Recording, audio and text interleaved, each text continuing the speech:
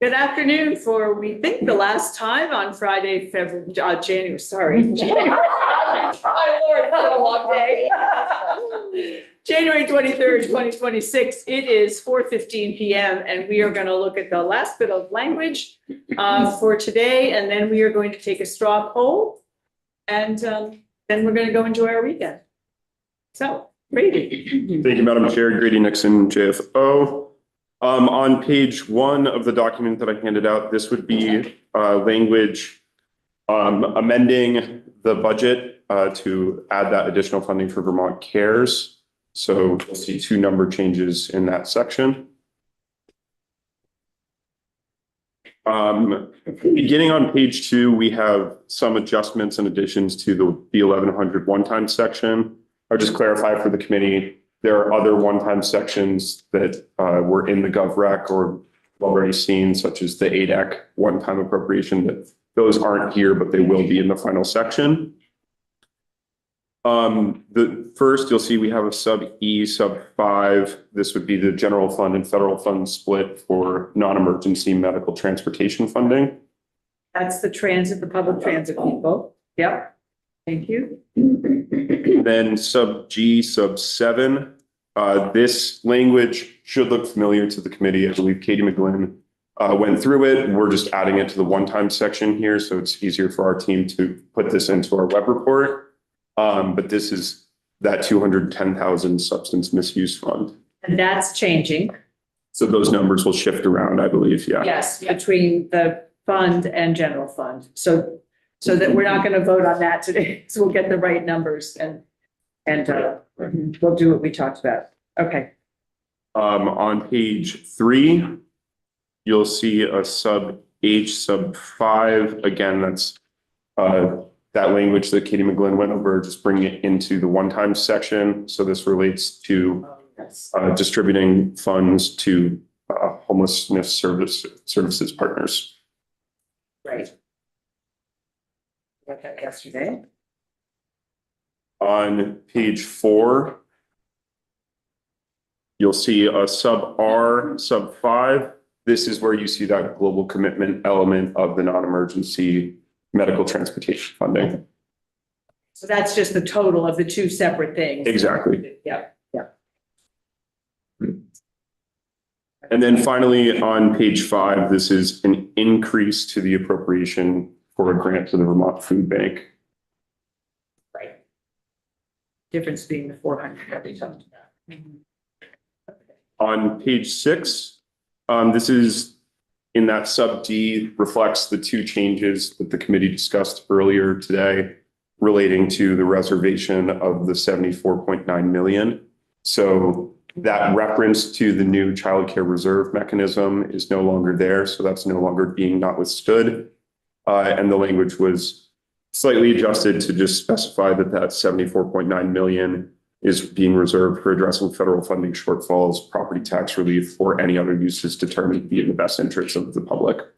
But we just expanded the uses because we don't know what we don't know yet. And it still can be used for the same thing, but yeah, we'll know more.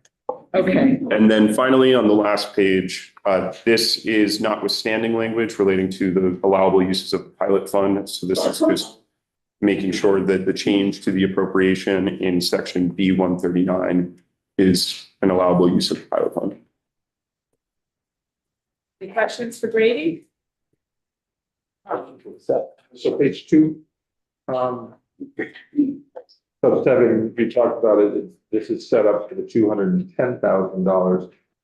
How will the other funds that we're attaching to this affect the individual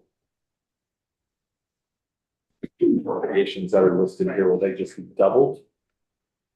The effect is that they will each be doubled. Yeah.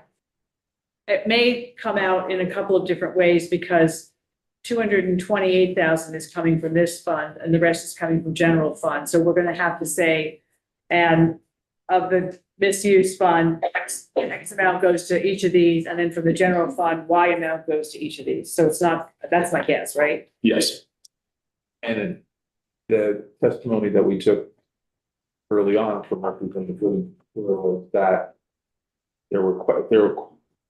this is establishing, was this 210, these numbers, were these established through human services, Through the recovery centers.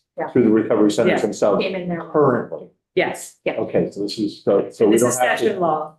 What's that? It's session law, No, so no, I know, I'm just curious because we left it to the administration and they did it differently. that's right. And so I just want to make sure that these are, We are not leaving it to the administration. right, but these are the right numbers doubled. Yes. Yeah. Yes. Thank you. Good to clarify. Any other questions from anybody? And thank you, Brady. So joint fiscal, you have everything you need? We've seen everything we need to see?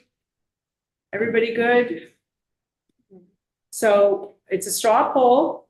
We'll take, it has a roll call vote, but it doesn't count, but everybody's here, which is great. And I just want to thank you all for the work you've done to get us to where we are. And we had a lot of different things thrown at us that we weren't sure we were going to get thrown at us, but I feel like you all responded beautifully and got the work done that we needed to get done to be where we are. So thank you all very much for that. Thank you. So, Thank you. And thanks. and thanks to JFO.